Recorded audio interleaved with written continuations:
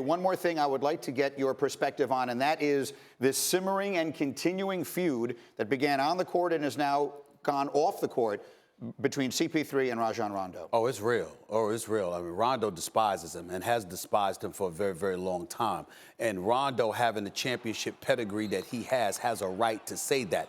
But the point is, this ain't the time for it. And what I mean by that is you don't get to say that after you spit in the man's face, because there's no excuse for it. And that's the problem that I have with it. Rondo could say everything that he's saying. And listen, there are people who would emphatically refute what he said about Chris Paul, and Chris Paul is one of those people. I would know this. But there are others who would validate what Rondo has said about CP3 as well. So we have to be real about that. In the end, on this particular day, the reason why you side with CP3 instead of Rondo is because there is no excuse for spitting in the man's face. And you can say that it wasn't intentional all you want to. The bottom line is you spit in his face and it was caught on camera. You can't explain that away. And I've worn a mouthpiece a really long time, and I've gotten to verbal altercations with players multiple times. That has never happened with me.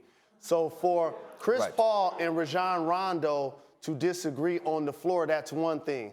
I think it's out of bounds to start talking about the kind of person he is with his teammates, because that's subjective. You can always find former teammates that like you or dislike you, believe in you, don't believe in you. Rondo has been in situations that didn't work out, like in Dallas. He's been in situations that were terrific for him, like in Boston, where he won a championship. Yeah, problems in Chicago, too. Absolutely. So to stick to the issue, ultimately he was wrong for allegedly spitting in Chris Paul's This face. is not the day for you to try to try and evade the issue by switching the subject to CP3, regardless of whatever legitimacy some may think you have.